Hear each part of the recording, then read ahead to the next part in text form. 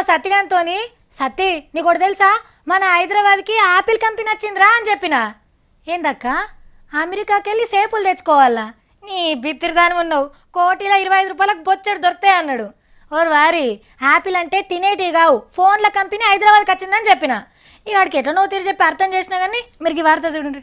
మన కేసీఆర్ సారు ఇన్ని రోజులు గూగుల్ మ్యాప్లు చూసి ప్రాజెక్టులకు గుళ్ళు గోపురాలకు నక్షలు గీస్తోడు. ఇప్పుడు యాపిల్ మ్యాప్ల మీద నజరేసిండు. అమెరికాలున్న గా యాపిల్ కంపెనీ బ్రాంచ్ ఒకటి హైదరాబాద్లో షురూ చేసిండు. యాలా ఇగో గీననే కంపెనీ పెద్ద సారు టిక్ కుక్ ఓ 4000 మందికి కొలువులు వస్తాయట. అన్ని మ్యాపులు తయారు చేసి ఈడికెళ్ళే కంప్యూటర్లకు ఎక్కిస్తారట. ముగ్గురు మనిషికో 3 ముచ్చట్లు మాట్లాడినాక చార్మినార్ బొమ్మున్న పలకను సుట్టానికి గిఫ్టులు ఎక్కిచ్చిండ్రు.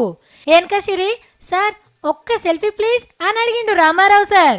యాపిల్ ఫోన్లా యాపిల్ కంపెనీ పెద్ద సార్తోని నాయన సారు కలిసి నవ్వుకుంటా సెల్ఫీ ఫోటో దిగిండ్రు. మంచిగా వాళ్ళేదట సారు, ఇంకోటి దింపుండ్రి. రైట్. వామ్మో ఎంతమంది ఎగబడ్డరో చూడుండ్రి సెల్ఫీ ఫోటోలకు.